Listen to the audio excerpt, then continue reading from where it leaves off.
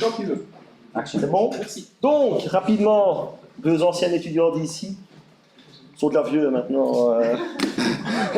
On dira pas les dates. Monsieur Blancpain, Monsieur Sconbrod, qui sont. Signez vite les présences, comme ça vous ne devez pas le faire en partant. Qui vont venir vous parler donc, de NRB, de leur projet, ce qu'ils font. Vous, à distance, pas de soucis, son, image, tout va bien. En présentiel aussi.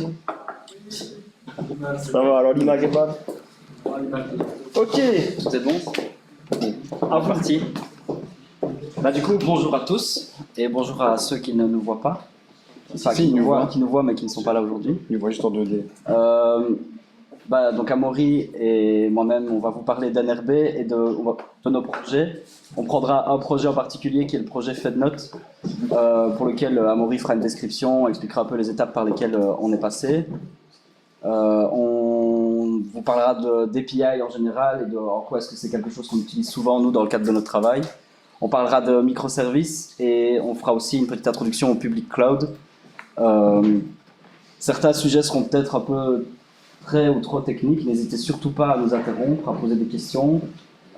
Si on va trop vite sur un sujet, il faut aussi nous dire de se calmer, parce qu'on pourrait parfois s'emballer un peu sur un sujet. Et puis, voilà, si vous avez des questions, il est marqué Q&A à la fin, mais il n'y a pas de souci, on peut lever la main ou buzzer, je ne sais pas comment vous faites, mais Quoi faire? Pour ceux qui sont à distance, qui veulent poser des questions, il y a... S'ils veulent poser des questions à distance, ils peuvent interagir soit en posant la question dans le chat, soit directement oralement, vous les entendrez aussi. Okay. Donc il n'y a normalement aucun souci. Okay. Selon qu'ils ont peur ou pas. On n'a absolument pas préparé la présentation. Autant être honnête dès le départ. Et donc on s'est dit qu'on ferait un petit ping-pong dans les slides. Donc si à un moment donné on se bat pour avoir la parole, ne vous étonnez pas non plus. On va essayer de rendre ça dynamique et de rendre ça bien. Et ça c'est votre tête normalement maintenant, vous savez ce qu'on va voir. Vas-y. Tu veux que je présente NRB? Vas-y. Donc, NRB. NRB, c'est une boîte qui a été créée à la base par ETIAS dans les années 80, donc Airstal, qui était à la base juste un département informatique d'ETIAS et qui, au fil des années, a commencé à grandir, à racheter d'autres sociétés et à arriver aujourd'hui à être un des 3 plus grands groupes dans l'IT en Belgique avec 3200, c'était en 2020, donc je pense qu'on est plus ou moins 3500 maintenant employés. Donc en Belgique, au Luxembourg, en France, en Grèce. Je pense qu'il y a eu aussi des investissements dans d'autres pays d'Europe, mais pas encore officiels. En 2021, pour donner une petite idée, on a fait 500 millions d'euros de chiffre d'affaires à peu près, donc c'est un cap qui a été passé, le demi-milliard de chiffre d'affaires, donc c'est quand même une des plus grosses boîtes là-dedans en Belgique. Et on a de très grosses ambitions pour les années à venir, puisque NRB a dévoilé le fait qu'il voulait acquérir une des 5 bandes 5G qui allait être mise sur le marché. Et donc il y a tout un pôle télécom qui risque de s'ouvrir aussi pour nous dans le cadre de notre travail, et on est en train de travailler à tout ça. Alors ça c'est le département dans lequel Amaury et moi on travaille. Nous on travaille, c'est là pour pas trop, ça marche pas. Nous on travaille dans l'équipe de Cloud Native Applications, qui est une toute nouvelle équipe qui a été créée cette année. Et alors dans le département qui comporte plus ou moins 150 personnes, il y a donc plusieurs équipes, notamment des équipes relatives à tout ce qui est IT et Digital Strategy. Donc c'est des personnes qui vont de consort avec les personnes de l'équipe Innovation et Business Consulting, accompagner les entreprises dans leur transformation digitale, faire un peu un état des lieux, définir un peu les milestones par lesquels les entreprises doivent passer pour se moderniser et être toujours à jour. Il faut savoir qu'il y a encore des entreprises maintenant qui utilisent des fax, qui ont des processus où il faut attendre que le fax soit imprimé, qu'il y a une personne qui doit lire ce fax-là, et nous on arrive avec des IT roadmaps pour essayer de moderniser tout ça, mettre de la reconnaissance d'image par exemple, voilà, tout plein de choses qui peuvent accélérer le business, faire en sorte qu'on soit plus efficace. Il y a une équipe de Scrum qui fait de la gestion de projet, qui va aussi dans les entreprises qui ont des projets ou qui n'ont peut-être des vieilles façons de gérer leurs projets et qui viennent un peu définir les bonnes pratiques en termes de gestion de projet et qui s'occupent aussi de gérer nos projets en interne. On a un monsieur qui est responsable pour tout ce qui est Smart Cities. Là aussi, il y a des projets comme Let's Go City, que vous connaissez peut-être. Avec leur application Wallonie en poche. Wallonie en poche, voilà. différents partenariats liés à ça. On a une équipe d'intelligence artificielle et d'analytics où il y a plusieurs ingénieurs qui travaillent à la création de modèles de machine learning et voilà, de reconnaissance d'images, etc. On a des experts cloud pour définir l'architecture cloud pour nos solutions. On a une équipe d'intégration, donc ça, il faut voir ça comme un peu la tuyauterie qu'il peut y avoir entre des grosses entreprises, imaginons un très gros assureur en Belgique, la Poste et peut-être la province. Ben voilà, il y a des connexions qui se font entre ces entreprises-là. Et c'est eux qui vont, entre autres, définir les bonnes pratiques de connexion, comment est-ce que les messages sont échangés, quelles sont un peu les opérations à réaliser. BI et Data Management, donc ça dit bien ce que ça veut dire. Ce sont des équipes qui gèrent des bases de données et qui est aussi en train de devenir une équipe de Cloud Data. Et donc, comment est-ce qu'on gère des données sur le cloud? Et on reviendra là-dessus peut-être un peu plus tard dans la présentation. Et puis, il y a nous. Ça, c'est nous.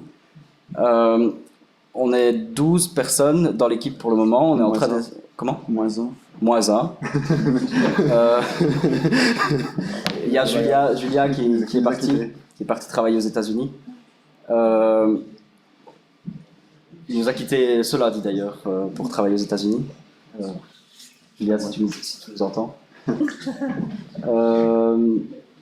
Donc nous, on est l'équipe de Cloud Native Applications. Ça veut dire qu'on va développer des applications qui utilisent les services du cloud pour accélérer la transformation digitale des clients. On reviendra sur le fait de développer des applications et sur le fait de qu'est-ce que c'est le cloud et à quoi ça sert plus tard dans la présentation. En termes de compétences, on aime bien dire qu'on est extrême full stack parce que la moitié de l'équipe vient de la presse, donc on est tous des bons développeurs sur papier. En tout cas, on a tous réussi à sortir d'ici. Il y a des ingénieurs qui viennent de l'UNIF et il y a d'autres personnes qui viennent de Elmo aussi. Mais l'important, c'est qu'on gère plusieurs technologies et qu'on est complémentaires aussi dans toutes nos compétences. Et ça nous permet surtout de gérer les applications tant au niveau front que back, mais aussi mobile, et de pouvoir être efficace, de ne pas s'embêter, de faire des choses différentes tout le temps. Et on essaye de faire en sorte que cette liste-là ne soit pas figée. Et si un jour il y a un nouveau langage ou une nouvelle techno qui arrive, on l'analyse, on voit quel est son intérêt. On l'apprend peut-être si on trouve que c'est intéressant. Et puis surtout, quand on est face à un client et qu'on va lui proposer une solution, on ne lui propose pas une solution parce qu'on connaît ce langage-là, on lui propose cette solution-là parce qu'on sait que pour lui, ce langage-là va avoir un intérêt. Par exemple, si on veut travailler dans du serverless, donc sans serveur, avec juste du code qui s'exécute à la seconde et puis qui s'arrête, on va plutôt aller vers des langages légers de type Node.js ou Nest, voire du Python, plutôt que du Java, parce que le Java va avoir une JVM qui va devoir se lancer, etc. Mais ça, vous verrez ça plus tard dans le cadre de votre parcours scolaire. Un exemple de tous les clients avec lesquels on travaille. Il y en a quelques-uns qui devraient vous évoquer quelque chose. Pour l'instant, on y reviendra là-dessus, mais c'est, par exemple, Flora, c'est un des projets qui nous occupe beaucoup dans l'équipe. Faites note aussi, là-bas. Ouais. Les Thias. John Cochrane, c'est tout près d'ici. John Cochrane. Reza, City, Century 21 par le passé. Ouais. Et aussi nos collègues d'NRB, parce qu'on est beaucoup. Il y en a beaucoup qui travaillent avec la Commission européenne, il y en a beaucoup qui sont à Bruxelles. On travaille avec tous les acteurs de l'énergie aussi. Donc voilà, on a des projets qui sont très variés et des contextes qui sont très larges. Voilà, on va passer à tout ce qu'on a pu réaliser, en tout cas dans les dernières années. Moi, je te laisse peut-être introduire. Tu veux que j'introduise Let's Go City? Comme tu veux, moi. Donc, Let's Go City, c'était une start-up liégeoise qui est donc lancée, comme on l'a dit tout à l'heure, l'application Wallonie en poche. Vous avez peut-être déjà entendu parler, c'est une application qui permet notamment de voir quand est-ce que le camion poubelle passe dans votre rue et d'autres services du quotidien des citoyens liégeois essentiellement, même si je pense qu'ils sont un peu déployés partout en Wallonie maintenant. Ouais, ils ont un peu changé leur business model, mais à la base c'était liégeois, c'était quand même c'était que liégeois. Très centré liégeois. Et donc pour eux, on a été missionnés, enfin moi j'étais pas encore là, mais Olivier et d'autres collègues avaient été missionnés chez eux pour faire le développement from scratch de A à Z de leur solution pour créer cette application mobile, quoi. Donc à la base, il n'y avait rien. Une fois qu'ils sont passés, il y avait une vraie application disponible sur les stores et compagnie, quoi. Et on y reviendra plus tard, mais il est marqué dans ce qu'on a mis en place, des API qui sont utilisés et des microservices. Et on en reparlera plus tard. Et ça, c'est pourquoi c'était Et intéressant. ça, c'est toute une liste de services AWS, donc il y a l'infrastructure cloud utilisée sur les City. On reviendra plus tard dessus aussi. Ouais. Vas-y. Century 21, donc ça c'était l'ancien site, malheureusement il a déjà été remplacé. Mais donc il y a 4 ans, on a développé pour Century 21 un nouveau site vitrine, donc de nouveau tout from scratch. Donc on est parti de zéro, on a redéfini toute la façon dont ça allait s'afficher, les recherches, le moteur avec lequel les agents vont coder les biens qui sont disponibles à la vente, à la location, etc. Donc on a tout refait. Et ça a été, bon, malheureusement ils l'ont déjà remplacé, mais on s'était bien amusé là-dessus. Et ce qui est compliqué, c'est qu'il y a Century 21, c'est pas une agence, c'est plein de petites agences qui gèrent elles-mêmes leur bâtiment, et donc ils avaient un peu tous leurs trucs dans leur coin, et donc il a fallu réfléchir à une solution qui harmonise un peu toute leur façon de faire, et qui permet de passer d'une agence à l'autre, mais aussi d'avoir une vision globale. Et donc c'était assez compliqué, c'est pour ça qu'on arrive à des schémas d'architecture comme celui-ci, qui sont quand même assez complexes, mais qui permettent d'avoir une solution qui est fiable, qui tient la route et qui a zéro downtime. Renowat, on a travaillé, Amaury et moi, sur ce projet-là. C'est une plateforme web qui est connectée aussi avec des capteurs d'IoT pour remonter des informations de température, d'humidité et de luminosité, je crois. De CO aussi, je pense. Et de CO2, ouais. Ouais. Et l'intérêt de cette plateforme, c'est de mesurer les économies d'énergie qui sont réalisées dans les bâtiments publics et de financer les rénovations de ces bâtiments-là au travers des économies d'énergie. Donc en gros, ils vont fournir un prêt aux personnes et après ils vont dire ok, grâce à notre prêt et aux transformations que vous avez fait, on a pu calculer dans cette plateforme-là que vous avez économisé autant de kilowattheures par année. Oui, au travers des transformations, au travers de sa analyse aussi, où on voyait par exemple qu'il y a des écoles qui chauffent même pendant toutes les vacances de Pâques, quoi. Donc là, les gars, les économies sont vite faites à ce moment-là. Il suffit de couper le chauffage. Vas-y, tu travailles dessus pour le moment. Je travaille dessus pour le moment. Donc Flora by Etias, c'est une nouvelle assurance qui a vu le jour il y a 1 an et demi, je dirais de mémoire. Donc qui est propulsée par Etias, donc financée par Etias, et c'est une assurance qui se veut 100% digitale, c'est-à-dire qu'on n'a pas besoin de se rendre dans un bureau ou autre pour souscrire à son assurance. On télécharge l'application et on souscrit un contrat en 3 minutes. C'était l'idée initiale du projet, qui a priori fonctionne, qui commence un petit peu à décoller petit à petit, quoi. Ouais. Qui existe. Donc si vous voulez jouer à un appart, c'est la première assurance belge qui est 100% digitale. Ça veut dire que de la souscription à la déclaration de sinistre, c'est entièrement digital et c'est entièrement fait au travers de l'application. Ouais. Ça veut dire que quand vous avez une déclaration de sinistre à faire, en fait, dans un premier temps, vous parlez même avec un chatbot. S'il peut résoudre tout seul le problème parce que vous vous mettez d'accord avec lui et avec les questions et réponses que vous donnez, tout se fait en mode virtuel, quoi, avec sans humain derrière. Et en cas de problème, bon, là, il y a un humain qui prend le relais, mais il y a moyen que tout se passe sans interaction. App4U, ça c'est juste pour expliquer qu'on fait des applications sur des très courtes durées parce que celle-ci a été développée en 3 semaines.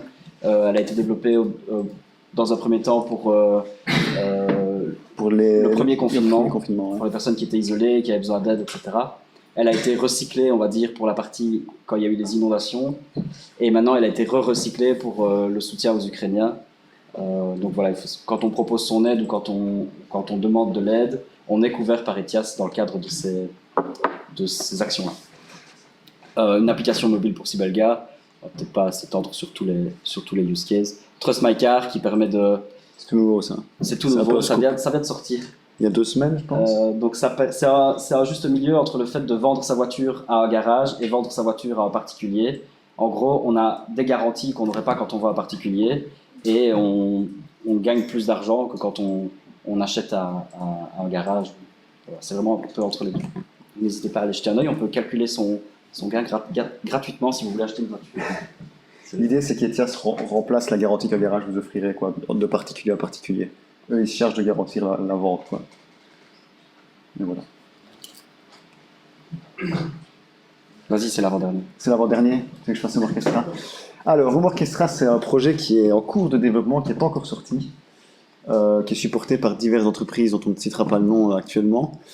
qui a pour but de nouveau proposer des économies d'énergie, mais aux particuliers cette fois. À l'inverse de Renoir, tout c'était du public. Ici, c'est plutôt aux particuliers. Donc d'avoir chez soi, par exemple, un capteur sur son compteur d'eau, un capteur sur son compteur de gaz, un capteur sur son compteur d'électricité, et de monitorer tout ce qui se passe chez soi, de détecter les fuites d'eau, de gaz et autres, et de faire de la sensibilisation aux personnes, quoi. Et d'appeler automatiquement le dépanneur si on détecte qu'il y a un problème sur la chaudière, par exemple, de suivre le dépanneur pendant qu'il est en train de venir intervenir. Et ce qui va nous intéresser aujourd'hui, c'est CNK Audit FedNote. Vas-y, Amaury. Alors, à mon aise. Je vais essayer de la faire courte ici. Donc, CNK Audit FedNote, c'est un projet qu'on a commencé en 2019 de mémoire, où la Fédération des notaires et la Chambre nationale des notaires sont arrivés avec un objectif qui était de contrôler tout ce qui est comptabilité chez les notaires, donc de s'assurer qu'ils ne font pas de fraude, qu'ils respectent toutes les règles qui leur sont imposées. Et donc c'est un gros projet qui a pour but donc, de rapatrier la comptabilité de toutes les agences de Belgique, donc il y en a 1200, et de lancer des contrôles tous les jours sur tout ce qui se passe sur la comptabilité pour détecter toutes les éventuelles fraudes. Et donc aujourd'hui en 2022, on a à peu près 1000 agences qui sont connectées sur 1200, donc il en reste encore un petit peu qui ne sont pas connectées au système. Mais on a déjà tous les jours 380 millions de lignes qui sont traitées la nuit, avec pour but donc, de détecter les fraudes, s'ils ont changé des trucs dans le passé, ce genre de choses, quoi. Donc on a une analyse complète toutes les nuits là-dessus. Ça a l'air de rien, mais 380 millions de lignes, c'est énorme. Et ça nous demande une DDB qui est la plus grosse base de données que NRB n'a jamais mis en place, juste pour traiter ce nombre de lignes-là. Et ce qui est bien, c'est qu'on utilise le cloud pour créer cette base de données-là, et quand on ne l'utilise plus, on réduit sa capacité, et donc on paye beaucoup moins, quoi. On ne paye que pour traiter ces 380 millions de lignes. Après, on diminue. On diminue parce que concrètement, la journée, il n'y a pas autant d'utilisateurs que ça qui utilisent l'application. Il y a des contrôleurs de la CNK et puis les notaires qui vont être dans l'interface pour voir les fraudes qui leur sont reprochées, mais ça reste ridicule par rapport à la nuit où on retraite peut-être leurs 10 ans d'historique pour trouver les fraudes.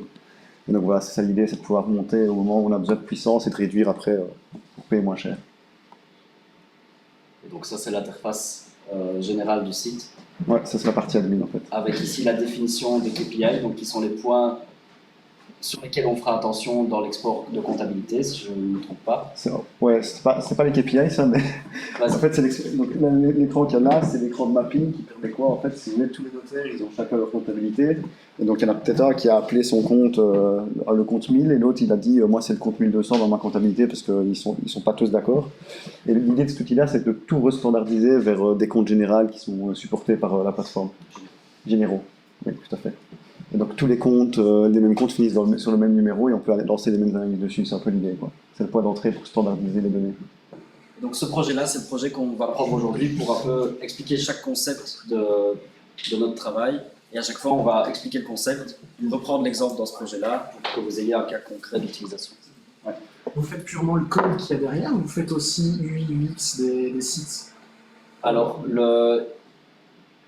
on fait tout. Ici, pour ce projet-là, on a fait tout, tout en sachant que c'était un projet admin. Donc la partie UX a été poussée, entre guillemets, elle a été faite. La partie UI, c'est moi et je suis pas designer, donc c'est pour ça que c'est pas très beau. Mais ça va encore. Vu que c'est pas un site qui est visible publiquement, on n'a pas poussé, il n'y a pas eu le budget pour faire quelque chose de plus. Si je reprends ici par exemple au Orchestra, là il y a des UX et des UI qui ont travaillé dessus et qui travaillent même quotidiennement dessus pour dire t'es 2 pixels trop à gauche. Et donc ça vous arrive de faire vraiment du début à la fin tout le projet. J'ai pas mis CSS dans les compétences. On est croyants mais non pratiquants. Ça marche pas trop. Mais si ça marche mon truc. J'ai cassé. T'as tout cassé? Voilà. C'est bon, t'as passé l'expérience. Alors, ouais.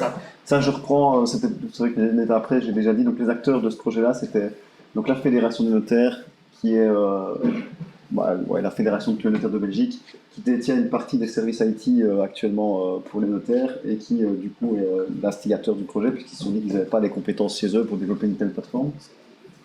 Et la CNK, qui sont, comme j'ai dit, c'est la Chambre nationale des notaires, c'est ceux qui vont définir toutes les règles que les notaires doivent suivre, au niveau de leur comptabilité, même au niveau d'autres choses, et qui ont besoin en fait de cette application-là pour pouvoir contrôler les notaires.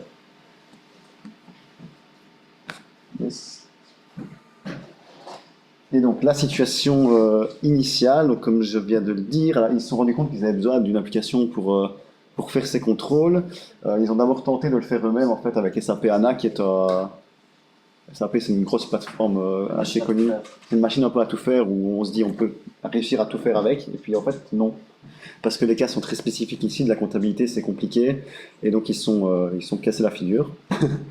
Et ils sont du coup venus chez NRB avec une demande de développement custom du coup de A à Z chez nous, avec quelques contrats qui étaient notamment un budget à faire à 3 millions d'euros, d'être capable de gérer de la bitemporalité, c'est-à-dire que les notaires effectuent des actions dans le temps, mais ils peuvent revenir en arrière et repasser. On est censé garder toute trace de ce qui se passe.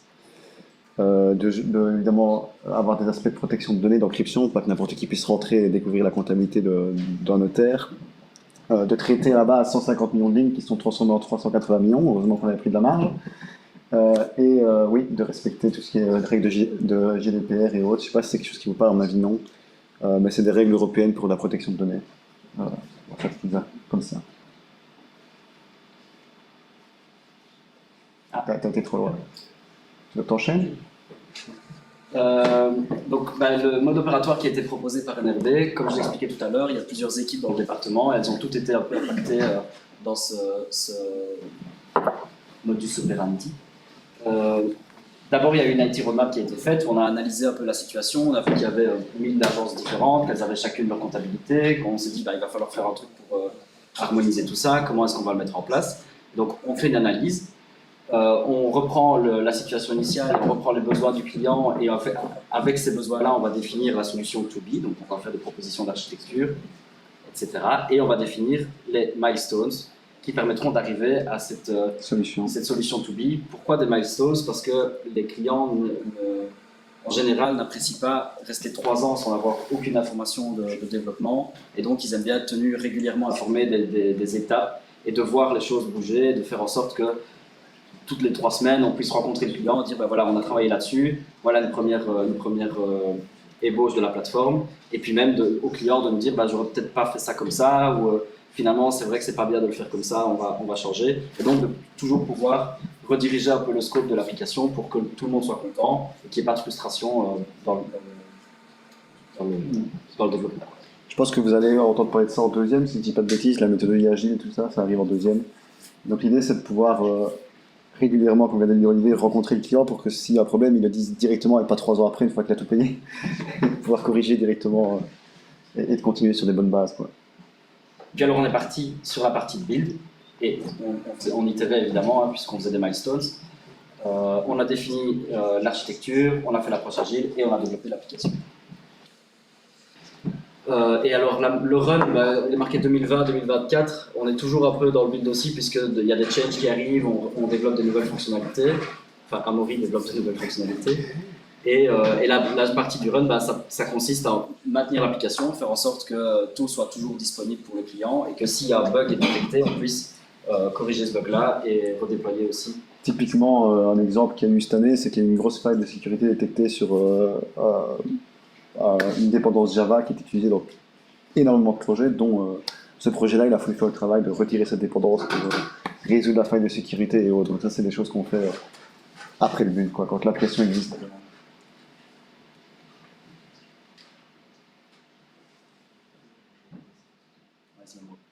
Tu veux que je reprenne ça? Donc on va juste détailler vite fait, parce que ça me concerne un peu moins, ce que c'est un IT roadmap. Donc ça se fait par d'autres équipes chez nous, donc des profils plutôt HEC, qui débarquent chez le client et qui essaient d'identifier les besoins du client et de replacer ça en différentes catégories, puis de rediriger ça en architecture IT, et donc dire on va avoir besoin de WS, on va avoir besoin de Docker, de Talend, de tas de choses. L'idée c'est vraiment juste de définir le besoin, comment on va réussir à le faire, et après de définir le plan pour arriver à faire ce qu'on a envie de faire.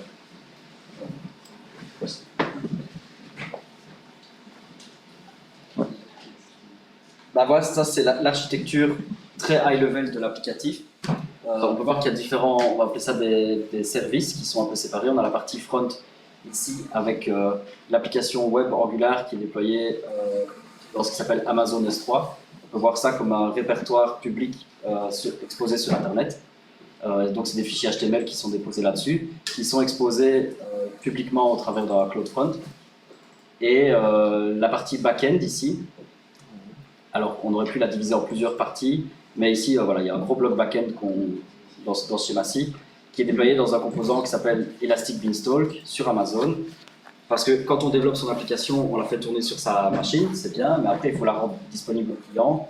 Et pour la rendre disponible au client, pour la rendre disponible à la partie front-end, il faut la déployer sur des composants qui sont En ligne. en ligne. On a la base de données, ici c'est une base de données relationnelle qui s'appelle Amazon RDS, et c'est Postgres qui est utilisé ici. Je pense qu'ici vous travaillez avec MySQL, je pense, encore avec MySQL. Il y a des rapports qui sont générés, ces rapports-là, ils sont générés dans un service où c'est une portion de code qui est déployée dans ce qu'on appelle une lambda. Donc c'est pas toute une application qu'on déploie sur un serveur, c'est juste on a un bout de code avec un point d'entrée et il donne un résultat. C'est comme une fonction. Et bien, cette fonction-là, elle s'exécute et elle donne directement un résultat. Et son résultat, c'est un document qui sera stocké dans, de nouveau, Amazon S3, un répertoire public sur Internet. On a une partie orchestrator, donc tout un service qui va faire manipuler les données, les 380 millions de lignes dont on parlait, et qui est développé en Java. L'orchestrateur, il faut le voir un peu comme le chef d'orchestre, celui qui va décider de lancer toutes les nuits, ok, on commence à traiter les lignes, ce genre de choses, quoi. Et il suit tout le processus de A à Z pour dire ça s'est bien passé, ça s'est pas bien passé pour tel notaire, et il dirige, quoi. Et DocSolver, c'est un partenaire, puisque dans le monde, dans l'IT, il faut savoir s'entourer de partenaires parfois qui font certaines choses mieux que nous. Et ici, dans le cadre de FedNote, en fait, ils s'occupent de rapatrier la comptabilité de tous les notaires. Donc, ils vont chez tous les notaires de Belgique, mettre un connecteur, rapatrier tout, et nous, on se connecte que à eux seuls pour ramener toute la comptabilité chez nous. Et donc, nous, on s'occupe pas de ça marche chez un tel est à Liège, à Bastogne. C'est eux qui s'occupent de ça.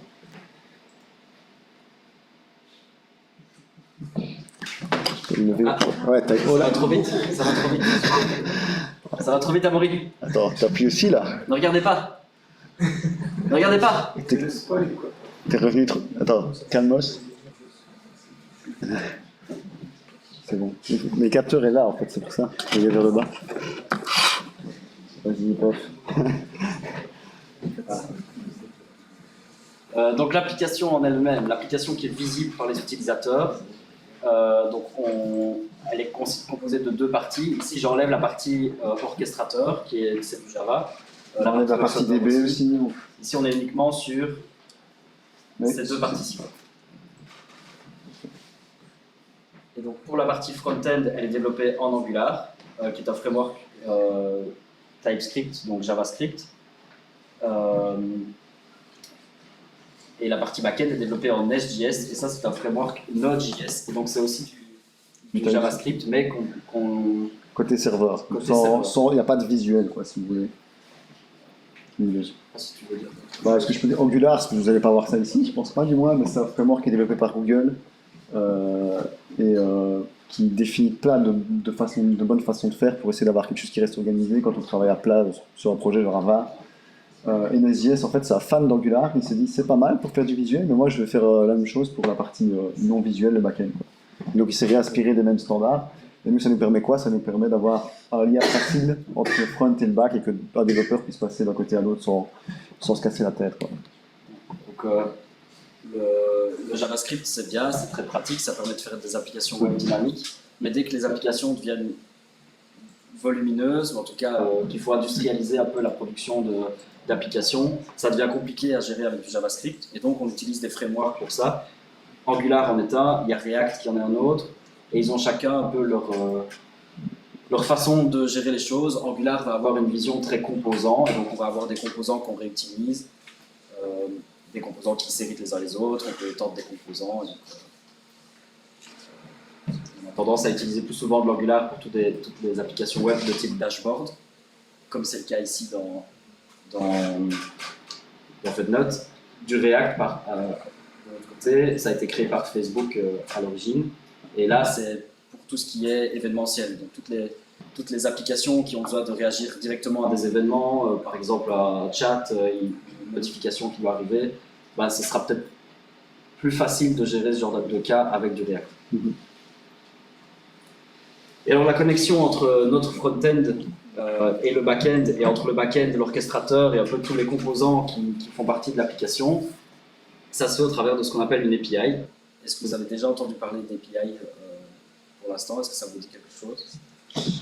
Donc API, c'est Application Programming Interface. Ça permet tout le code de votre back-end de l'exposer et de pouvoir attaquer ce code-là depuis l'extérieur. Donc on va avoir tout plein de logique qui va faire plein de choses, qui va gérer des utilisateurs, gérer des objets, peu importe ici des notaires, des agences notariales, des résultats comptables. Mais tout ça, il faut pouvoir manipuler ça de l'extérieur et on va les manipuler au travers d'une API en disant ajoute-moi un utilisateur à ta base de données, récupère-moi l'utilisateur qui a tel ID, modifie l'utilisateur qui a tel ID avec telles informations. Voilà, tout ça, ce sont des portes qu'on ouvre sur notre back-end et qui nous permettent de le manipuler. Et évidemment, chaque point d'entrée, chaque API, elle est sécurisée, certains utilisateurs peuvent accéder à certains points d'API et donc il y a toute une gestion de rôle et d'autorisation à gérer. Alors la définition en français dans le texte, c'est ensemble normalisé de classes, de méthodes, fonctions, de constantes qui servent de façade par laquelle un logiciel offre des services à d'autres logiciels, parce qu'ici c'est du front vers le back, mais ça peut être d'un back vers un autre back. Ça peut être mon back-end a besoin de récupérer la météo, donc il va faire appel à une API de Google pour récupérer la météo. Ça peut être finalement tout un écosystème dans lequel notre application va évoluer.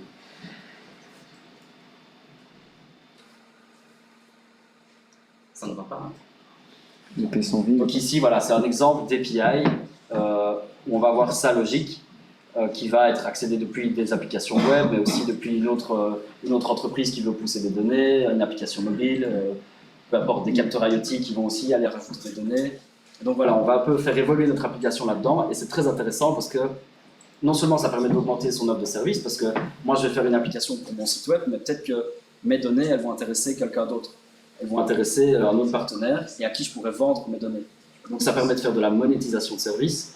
On n'a pas besoin de réinventer la roue, donc on peut acquérir du contenu. Je n'ai pas besoin de créer une application qui va collecter toutes les informations de météo. Je vais appeler Google, ça ne me coûte rien et je les récupère directement. Et ils ont certainement mieux fait ça que moi, je pourrais l'imaginer. Et donc ça permet d'aller très vite, puisqu'on n'a pas besoin de réinventer la roue à chaque fois. Alors ça c'est une vue plutôt simplifiée. Un back-end, du code back-end qui est exposé au travers d'une API à du front-end qui peut être soit une application web, qui peut être du mobile, qui peut être un autre partenaire, qui peut être une queue si on veut envoyer des messages et faire de la synchrone. Il y a vraiment plein de façons différentes d'exposer ces services à l'extérieur. Et alors notre back-end, lui, va se connecter à d'autres services au travers de leurs API aussi. Twilio, c'est peut-être pour les notifications, ça? Ouais. Pour envoyer des notifications sur mobile, par exemple, pour gérer des cartes. Salesforce pour gérer des utilisateurs. Des utilisateurs. Salesforce, ça fait beaucoup de choses. tu vas les blesser, là. Ça fait beaucoup plus de trucs que ça. Ok, je vais essayer de reprendre la main. On va essayer d'entrer sur un cas un peu plus concret pour montrer à quoi ça ressemble, justement, ces API. Je pense que vous avez dû déjà, faire un truc PHP, au moins avec un formulaire, un utilisateur. Ok, c'est un peu la même idée ici. Hein. Ils essayent. Pas dit qu'ils ont réussi. Oui, en gestion, ouais, c'est ça. Donc l'idée ici, c'est que l'exemple que j'ai pris ici, c'est on va sauvegarder un utilisateur pour le créer en base de données. Donc quelque chose que vous avez sans doute déjà dû faire. Donc la première étape, vous avez sûrement fait, c'est définir votre formulaire. On va aller récupérer le username, l'adresse email, le prénom, le nom de famille, un mot de passe, ce genre de choses. Ici, la première step ici à gauche, c'est la même chose, c'est de définir un objet, donc un composant qui présente un utilisateur, dans lequel on va lui définir qu'il a besoin d'un identifiant, d'une adresse email, d'un mot de passe, de rôle, de son prénom, de son nom. Donc ça, c'est juste ça que ça fait, ça définit ce qu'on s'attend à recevoir en fait. La deuxième step, c'est ce qu'Olivier vient d'expliquer, c'est la partie API, c'est la partie d'exposition. Et donc on va dire, nous, on s'attend à recevoir un utilisateur sur une URL qu'on donnait. Donc ici, c'est une URL qui est juste /user, par exemple. Et on va faire quelque chose avec. En l'occurrence, ici, c'est le créer. Ici, on ne voit pas bien, mais il y a une méthode ici qui s'appelle upsert, qui reçoit en entrée un utilisateur et qui va dire à son service, ajoute-moi l'utilisateur. Yes. Je te laisse. En dessous, c'est un exemple de ce que ça donne visuellement, parce qu'on peut avoir des démos visuelles de ce que ça fait, qui sont autogénérées, donc ça nous permet de tester que ce qu'on fait fonctionne vraiment.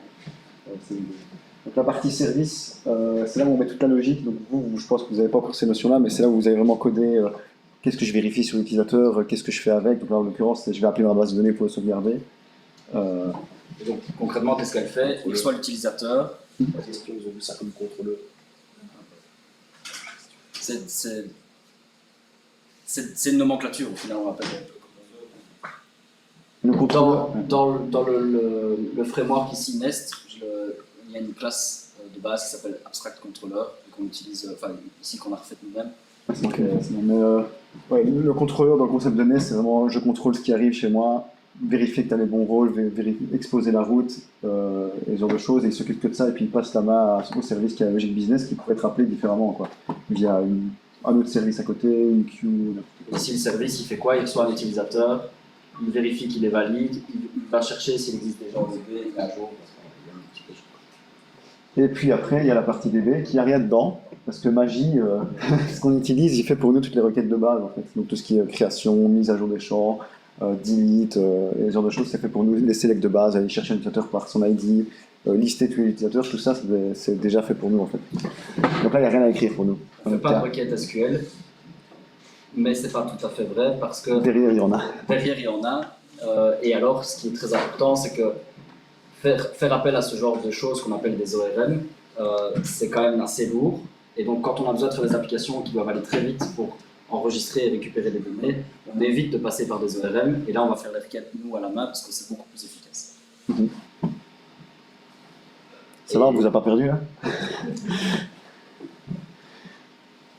C'est bon, tout le monde est chaud, là. Ça va, on n'est pas trop... Ah non, c'est pas bien, c'est ça. En théorie, les gestions doivent peut-être mieux suivre que les systèmes. Comment? Un autre gros morceau, c'est le fait de comparer des monolithes et des microservices. Ici, à l'école, on fait beaucoup de monolithes parce que c'est dans le cadre d'un cours, on fait un front, un back et une base de données, et ça marche très bien. Dans le monde de l'entreprise, et surtout quand il y a des API, et surtout quand on est dans des environnements serverless sur le cloud, on a plus tendance à mettre en place des microservices. Alors qu'est-ce que c'est un microservice par rapport à un monolithe? Ouais, peut-être avant de vraiment d'expliquer la différence entre les deux, quand on a une API qui est appelée par un utilisateur, elle va prendre cette requête de l'utilisateur, elle va effectuer sa logique, et puis elle va répondre à l'utilisateur. Ça marche très bien quand il y a un utilisateur. Si j'ai 10 millions d'utilisateurs qui appellent le même point d'API, ça peut poser des problèmes. Ses concurrents, que sais-je, ou en tout cas, au niveau des ressources, il peut y avoir un problème. Si j'ai une petite machine qui a été définie pour gérer cette API-là, à un moment donné, elle va être Saturé. elle ne pourra plus répondre, et donc les utilisateurs ne vont pas être contents. C'est ce qui arrive aux élections, sur les sites des élections. Par exemple. Alors dans ces cas-là, il y a deux façons de faire. Soit on met plus de RAM et on prend un plus gros CPU, et donc on fait grossir sa machine, mais si la charge augmente, il va falloir encore faire grossir la machine. Donc ça, c'est une première façon de faire, on appelle ça du scaling vertical, parce qu'on fait grossir sa machine. Soit on prend sa petite machine et on la duplique, et donc on a deux petites machines.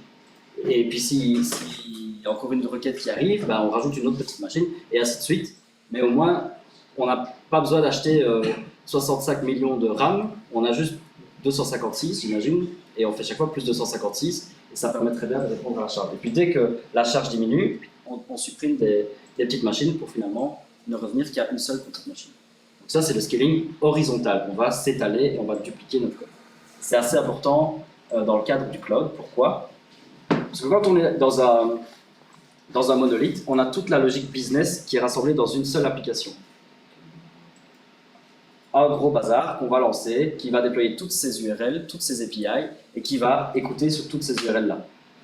Les requêtes qui viennent de l'utilisateur ou des millions d'autres utilisateurs, ils se connectent à une seule base de données qui va reprendre toutes les requêtes de ces utilisateurs et qui va faire son business. Ça marche très bien, mais dès qu'on doit augmenter, il faut dupliquer toute l'application.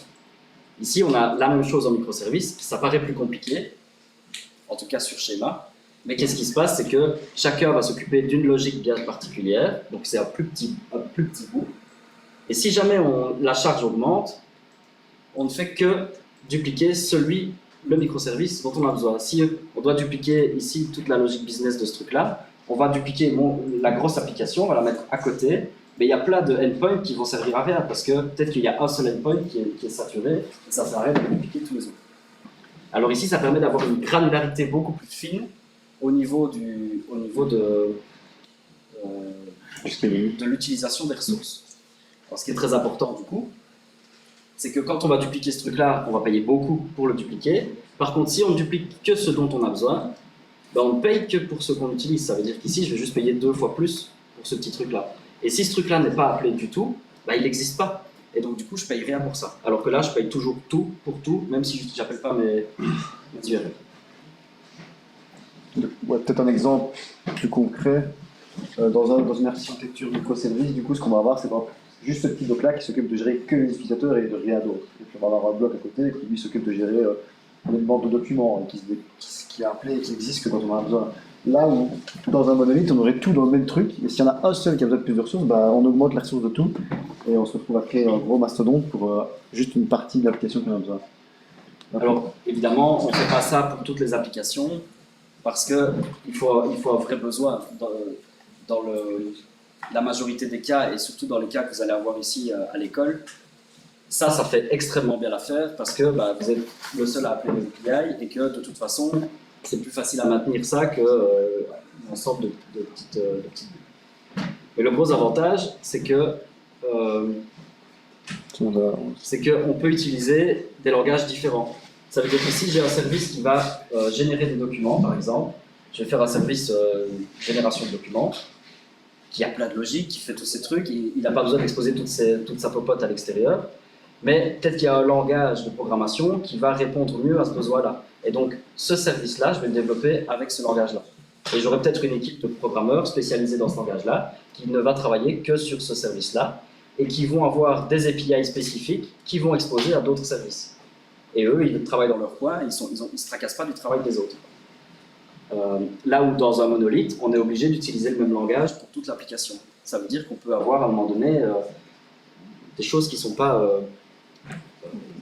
efficaces. Si je fais tout en Java, peut-être que le Java ne va pas répondre à des besoins moins bien, quoi. En tout cas moins bien.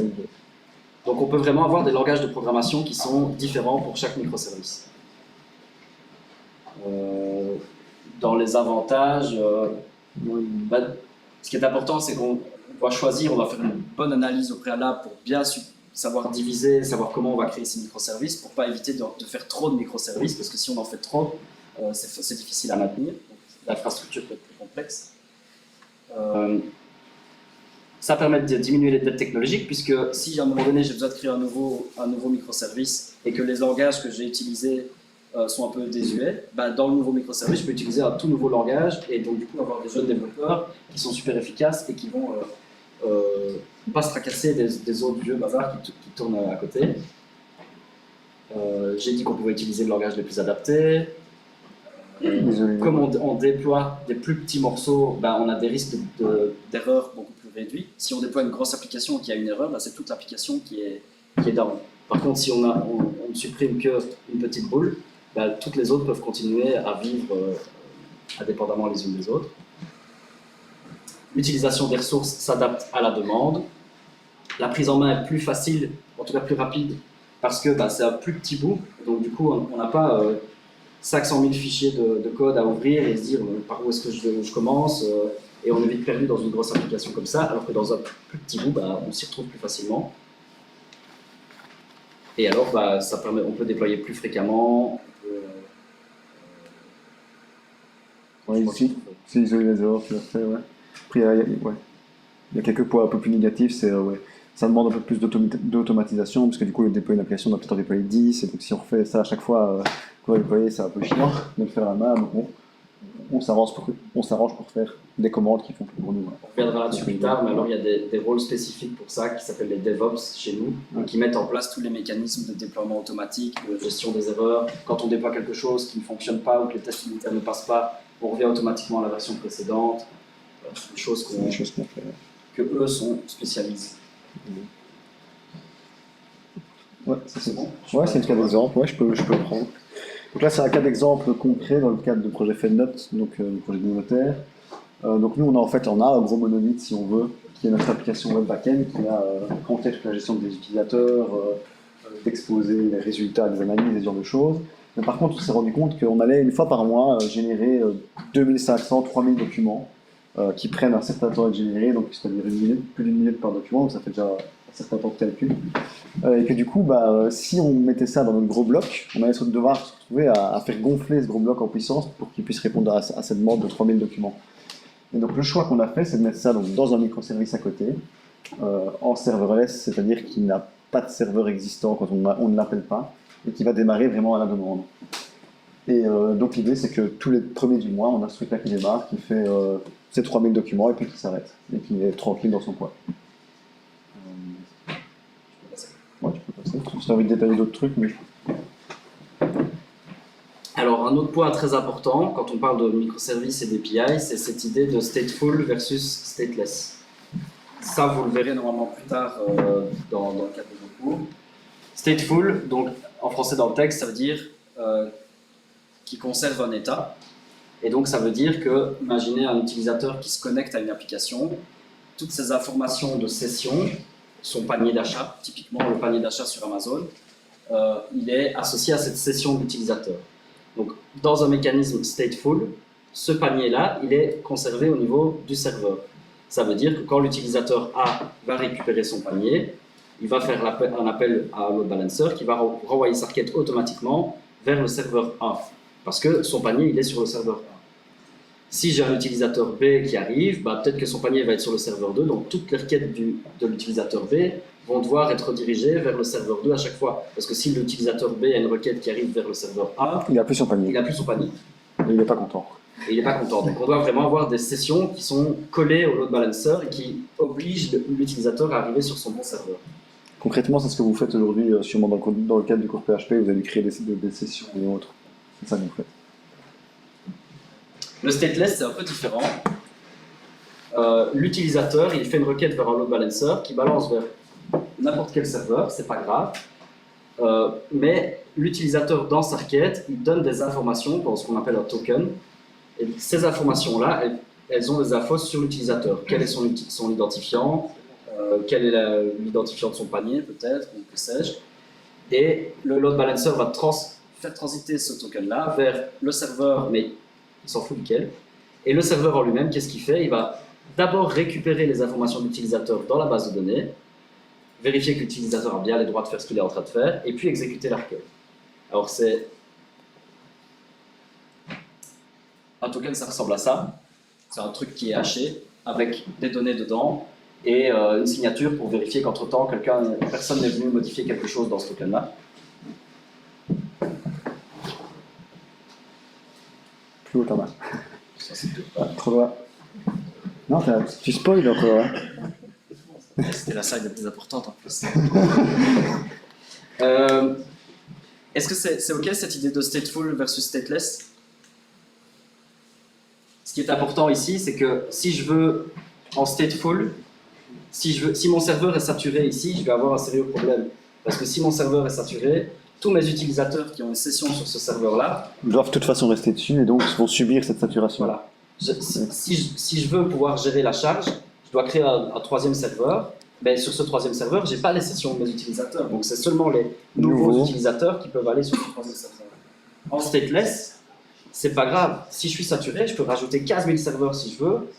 Ils auront tous les mêmes informations parce qu'ils vont aller choper dans le token quel utilisateur est en train de les appeler, récupérer les informations en DB et puis continuer leur traitement. Et ça, dans le cadre de la scalabilité et du scaling horizontal, c'est très important. Le token. Et alors le token, quand vous vous connectez sur n'importe quel site, que ce soit Facebook ou autre, c'est ce qui est fait derrière, c'est votre interface, elle va d'abord contacter un authentication provider, qui peut être soit l'application que vous appelez, soit un autre authentication provider. Moi, si je fais une application, je peux décider que Google va gérer mes utilisateurs et donc vous pourrez vous connecter avec votre adresse Gmail à mon application.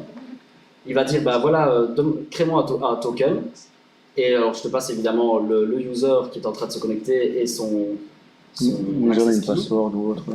L'authentication provider, il renvoie un token avec les informations, on appelle ça de session, mais finalement, il renvoie le token quoi, avec l'utilisateur qui est dedans. Et il renvoie aussi un refresh token, parce que ce token-là, il a une validité. Et quand il va vouloir rafraîchir son token, il va refaire une requête ici pour rafraîchir le token. Mon application, elle va, avec son token, faire une requête vers mon back-end, qui va vérifier que le token est toujours valide, qui va effectuer la logique business à condition que l'utilisateur ait bien les autorisations de faire ce qu'il est en train de faire, et puis renvoyer la réponse. Est-ce que vous voulez qu'on fasse une pause? Non? Ils sont chauds, on est sur le bureau. Vous allez avoir fini plus tôt. Ok, ça Ils fait ça. vont avoir fini plus tôt. Il n'y avait pas de questions non plus jusqu'à Ils vont faire café. Moi, je vais me servir un verre d'eau si ça ne vous dérange pas. non. Ça ici, c'est donc le schéma de déploiement continu, on va appeler ça comme ça.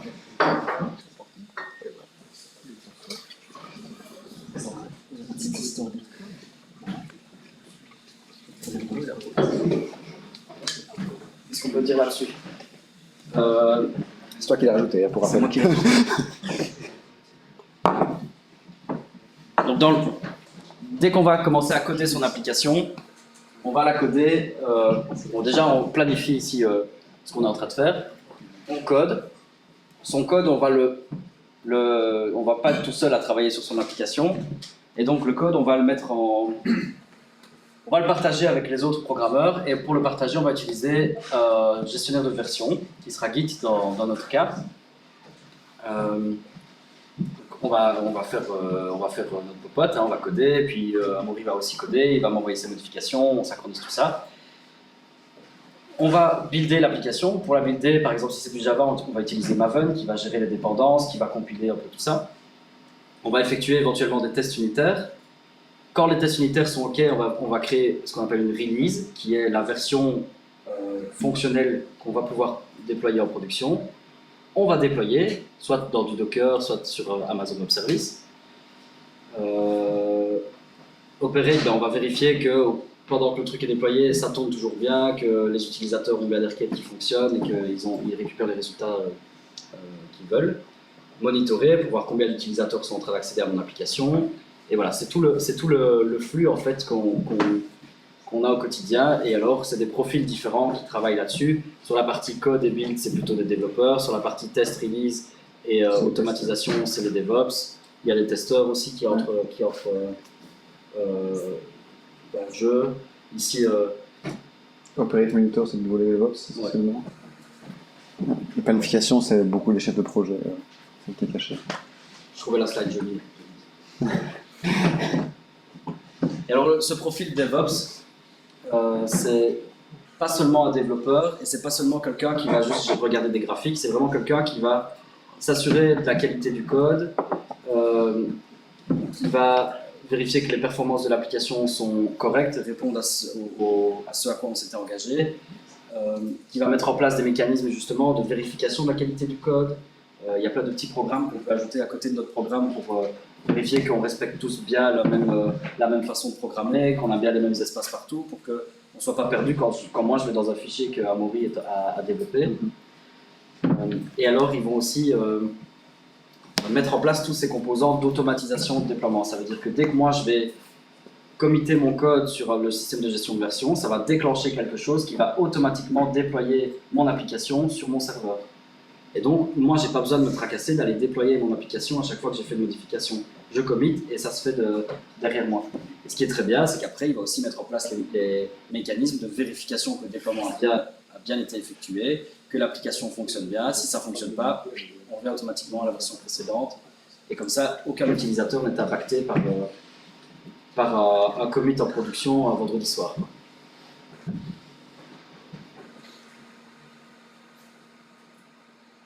Ouais, du coup, sur le projet FedNet, un petit exemple de comment ça fonctionne. Donc, il y a des développeurs, genre moi, on fait son code, on le sauvegarde, ça arrive en ligne sur ce qu'on appelle un repository Git. Quand le code arrive en ligne, ça lance automatiquement une action de déploiement qui va aller mettre sur Amazon la nouvelle version du code, donc sur Beanstalk, Dive3 et autres. Et ça se fait au travers de Microsoft Azure qui s'amuse à construire le code, à vérifier que ça se passe bien et autres avant de le pousser. Et on a en plus sur GitHub aussi des checks de sécurité, donc s'il y a des failles découvertes, etc., il va nous ouvrir un ticket et nous dire hey, oh bonhomme, ce que tu essaies de déployer là, t'as pas fait gaffe à ceci ou cela, et nous permettre de nous corriger.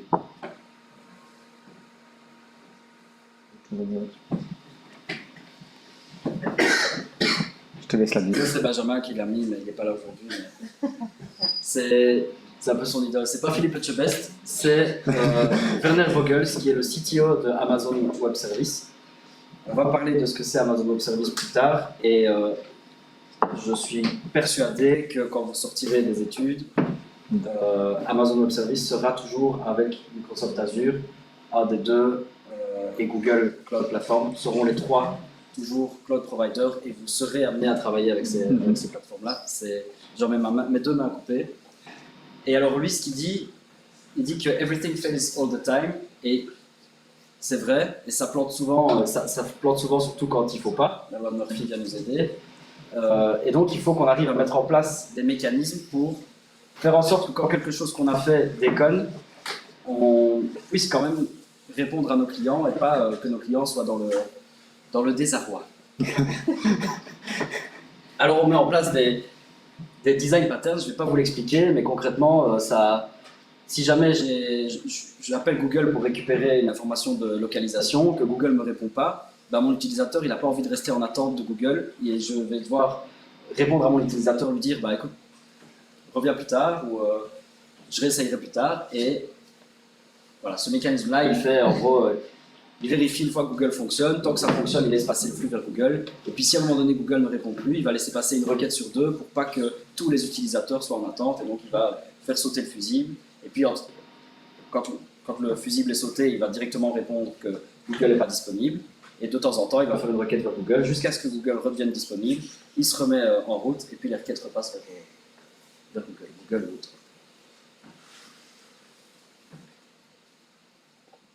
Non. Ouais. Tu veux que je le fasse? Vas-y. Le Chaos Engineering. Donc Chaos Monkey, c'est quoi? C'est vraiment le petit sage, vraiment ça se représenter comme ça, c'est le gars qui va débarquer sur votre PC et commencer à taper partout pour tout casser. C'est ça le but de ce truc-là. C'est de se dire que comme tout peut casser tout le temps, bah on va simuler ça, une action de quelqu'un qui arrive pour tout casser et vérifier que ce qu'on a mis en place tient toujours la route, même si quelqu'un vient pour foutre le bazar. Donc l'idée c'est d'arriver, par exemple, c'est Netflix qui a développé ça en partie, c'est qu'ils vont couper des serveurs à eux et s'assurer que ça fonctionne toujours et que les utilisateurs voient toujours leurs vidéos. Et donc ils vont volontairement casser des serveurs chez eux. Donc toutes les petites bulles qu'on a vues tantôt dans les microservices, Netflix en production, ils font ça derrière, ils vont couper la prise d'un truc, comme si vous étiez en train de programmer sur votre PC et qu'on vient couper votre prise ou en tout cas l'état de votre écran. Bah, c'est ce qu'ils font, et ils font ça en production et ils vérifient que dès qu'un service est cassé, on le remplace par un nouveau service et que l'utilisateur n'est pas impacté. Donc là, derrière tous les mécanismes, c'est de vérifier que ça fonctionne, que quand il y a un truc qui ne fonctionne pas, ils arrivent à le détecter, à se faire remplacer, ce genre de choses. Et eux, ils ont des niveaux même au-dessus, c'est que s'il y a totalement un data center qui prend feu, on repasse sur, par exemple en Asie ou autre, pour répondre quand même aux demandes des clients en Europe, par exemple. Donc, plein de niveaux de vérification.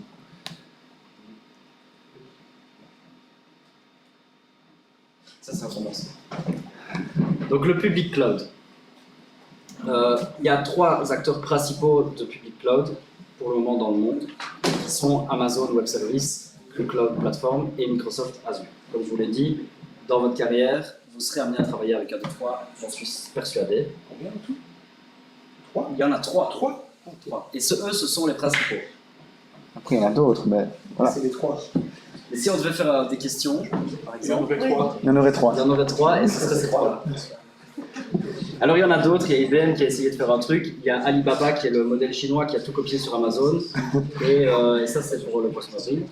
Et il y en a encore d'autres, il y a Oracle qui essaie de faire des trucs, mais ils sont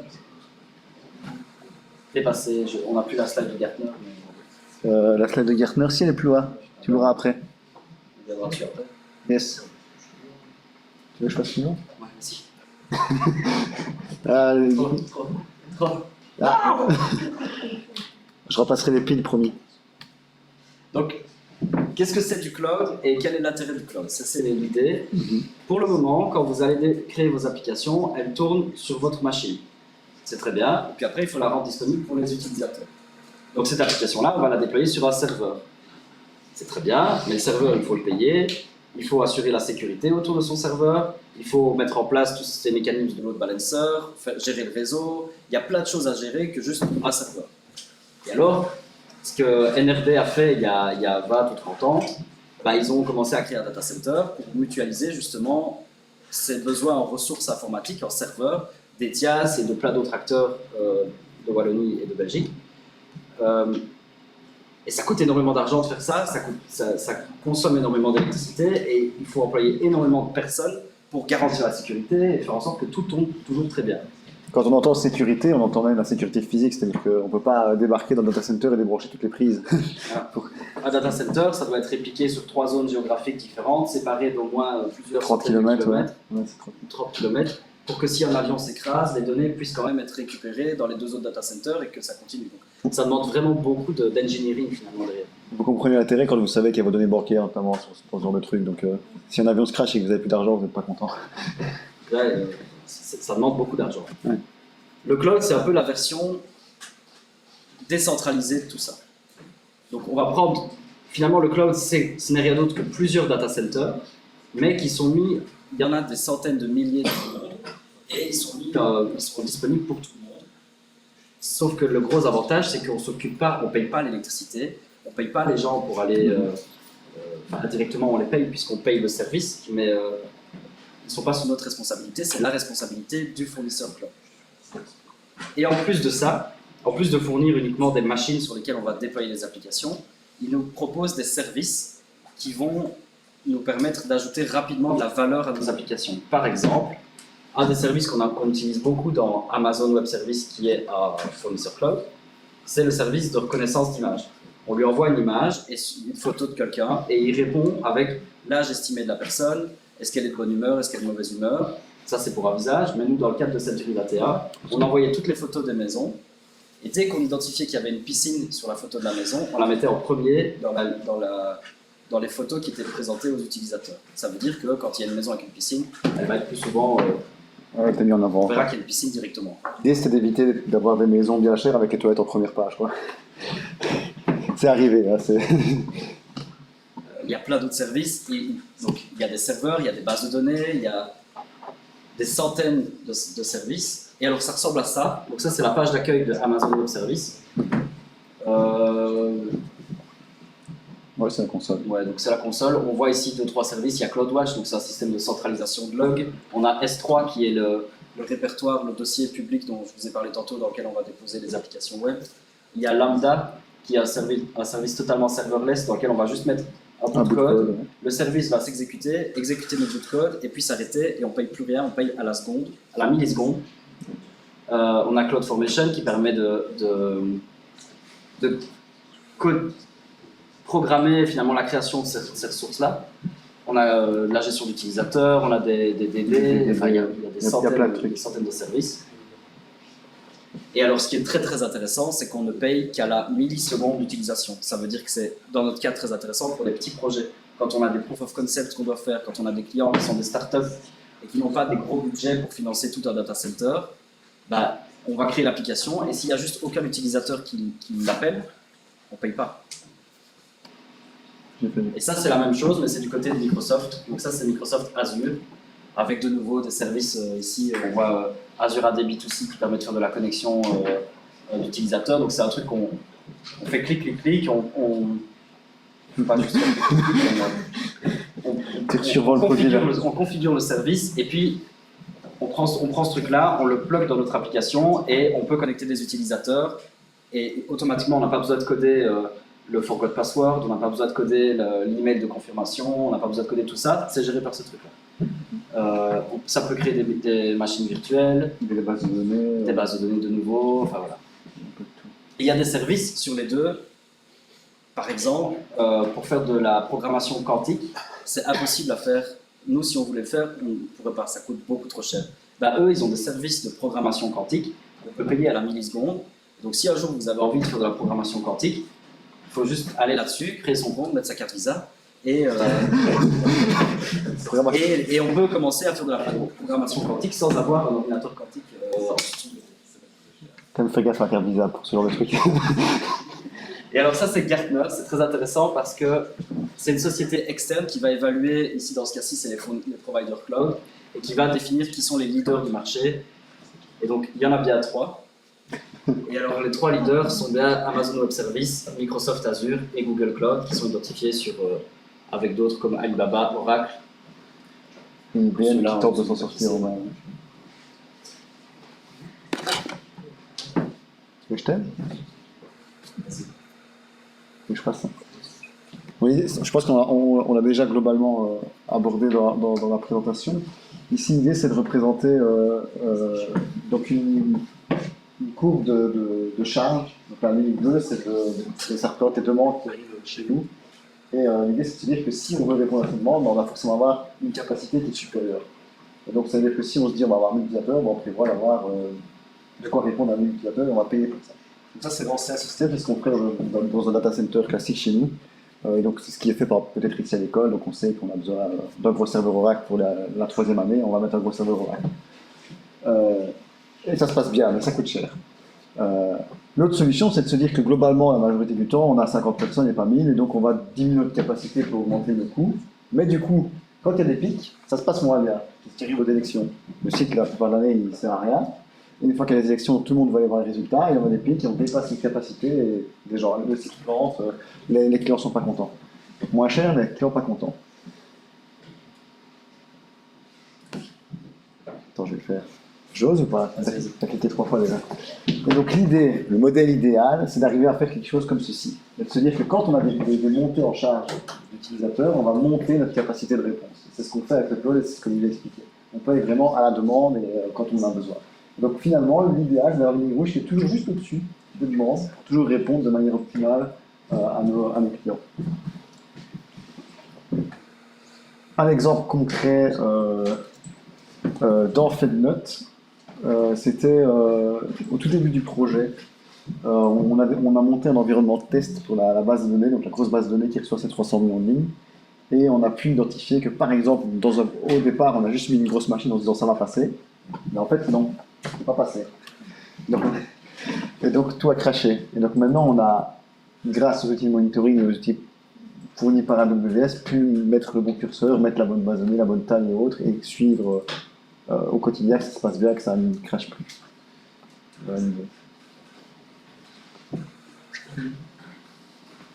J'aime bien te... Attends. J'ai appuyé 3 fois. J'ai une pop-up de la province de Liège.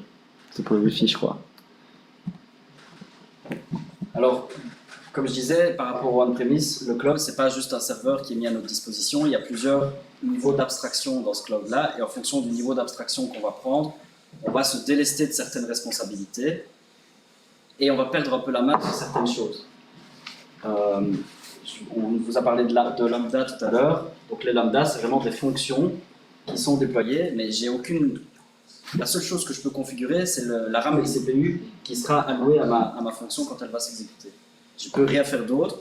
Toute la sécurité derrière, toute la mise en place des serveurs, parce que derrière, il y a quand même un serveur qui va faire tourner mon application, c'est pas moi qui m'en occupe. À un niveau un peu, on va dire, en dessous, c'est de gérer des containers. Je ne sais pas si vous avez déjà travaillé avec des containers. Non. Une petite machine virtuelle. Machine virtuelle. Ouais. Ça va. C'est plusieurs fonctions ensemble dans une application. On va la déployer dans un container et ce container-là va s'exécuter. Et moi, je ne gère rien d'autre que la partie qui supporte ce container-là, mais tout ce qu'il y a en dessous. De nouveau, le serveur qui existe avec du CPU, l'électricité qui arrive, le refroidissement, c'est pas géré par nous, quoi. Et donc, en général, on parle de infrastructure as a service. Infrastructure as a service, c'est donc mon serveur managé. Je demande à Amazon Web Services, Microsoft Azure ou Google Cloud pour avoir un serveur. Ils me le donnent, un peu comme on le fait sur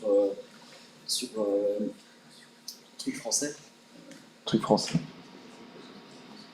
OVH. OVH, exact. OVH. On demande un serveur, ils nous mettent un serveur, après on se débrouille. On a juste un point d'entrée en console sur le serveur et toute la mise en place de la sécurité, des trucs, c'est nous qui devons le faire. Mais ça veut dire que s'il y a un patch de sécurité à faire, c'est notre responsabilité aussi. On peut monter d'un niveau et avoir une application qui est managée, donc avoir une plateforme as a service. Et donc toute la partie hardware, toute la partie serveur, on s'en occupe pas. Toutes les patchs de sécurité, on s'en occupe pas. On va juste payer pour le fait de pouvoir déployer son application sur ce serveur-là. Et nous, ce dont on doit s'occuper, c'est de faire en sorte que notre application est sécurisée. Mais la sécurité du serveur, c'est pas notre problème. C'est un peu ce que vous avez de nouveau chez OVH si vous prenez un WordPress Manager, etc. Donc il y a tout qui est déjà préinstallé pour vous, préconfiguré, et vous vous occupez juste de faire votre partie à vous, votre site, quoi. Et alors, il y a un niveau encore au-dessus qui est le software as a service. Et là, bah, j'achète l'application, je paye une licence à cette application-là. Et là, L'utilise tel quel, quoi. je l'utilise, mais j'ai juste pas la main sur le code de l'application non plus, quoi. Donc voilà, il y a différents niveaux. Et évidemment, il y a des pricing models qui sont différents aussi. On paye chaque fois à la seconde d'utilisation ou à la milliseconde d'utilisation. Quand c'est le cas des DB, par exemple, il y a des DB qu'on va payer, pour lesquels on va payer à la quantité de données qui va traverser la base de données. En entrée, en sortie. Je pense que c'est la fin. C'est la fin. On avait prévu d'arriver à 5 heures avec la pause. On est bien, il est moins qu'un. Il n'y a pas eu de pause. Il y a encore une slide, je crois. Après la corrélation. Ouais. Ah. On n'a pas parlé de beaucoup de code, on n'a pas montré de code, on n'a pas montré vraiment dans les contextes qu'on fait au quotidien. On est des programmeurs, donc je vous rassure, des programmes. Mais l'idée ici, c'est vraiment que vous ayez une vision large de ce avec quoi on est habitué à travailler. Et pas seulement coder notre truc, mais aussi les équipes avec lesquelles on travaille, l'univers dans lequel on déploie nos applications et tous les services qui sont mis à notre disposition par les providers. Si vous avez des questions, n'hésitez pas. C'est le moment, c'est là. Balancer. Je sens Un engouement. À Ah oui, distance. c'est vrai, il y a le questionnaire encore. 3. Non, À distance, ils sont endormis.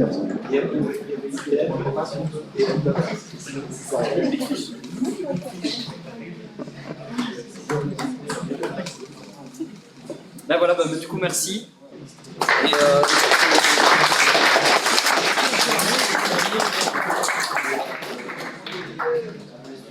Il y a une question à distance. Pour le dev mobile, utilisez-vous Angular, JS avec Ionic ou bien utilisez-vous des langages natifs de Swift?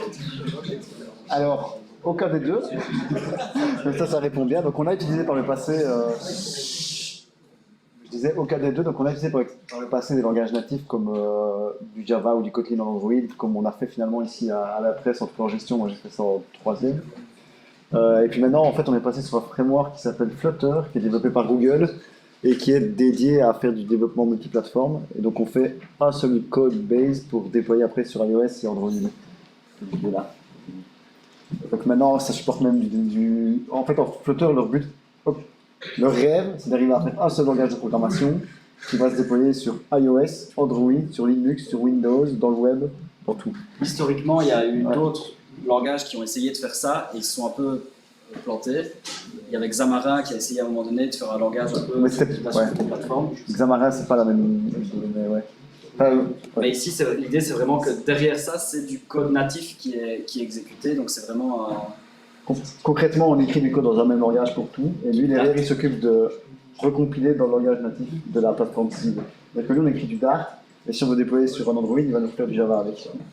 Et si on veut déployer sur iOS, il nous fait du Swift. Si on veut déployer dans le web, là, ça reste du Dart qu'à particulier, mais pour du Windows, il fait du C, et pour du Linux aussi. Enfin, c'est vraiment un truc assez puissant qui est relativement nouveau, qui est sorti en 2018. Et qui permet de gagner un temps considérable. parce que forcément, les clients n'ont pas envie de payer 2 fois le développement des applications, de gérer 2 fois la maintenance. C'est plus facile de proposer une application comme ça qui permet quand même, si on a besoin, d'aller utiliser les ressources vraiment de la machine. Et alors, il y a aussi React Native. Qui fait la même chose. Là, qui fait plus ou moins la même chose et qui permet aussi avec un seul code d'aller déployer plusieurs applications, plusieurs plateformes.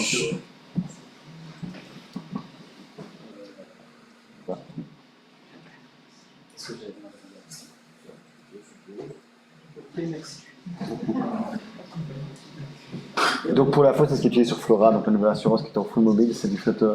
Et, ça a été un déterminant assez majeur dans l'achat du projet par l'assureur.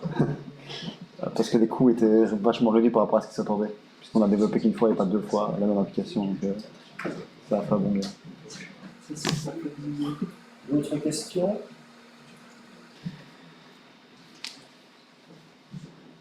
Faut pas être timide, hein, mais gentil, je vous promets.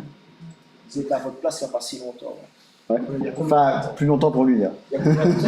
Il faut le redemander, ça ne peut pas dire comme ça. Moi, j'étais en première en 2015. Enfin, 2015-2016. Olivier, 2009.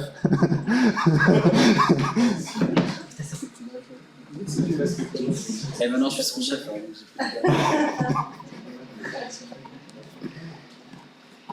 Et voilà. Bon.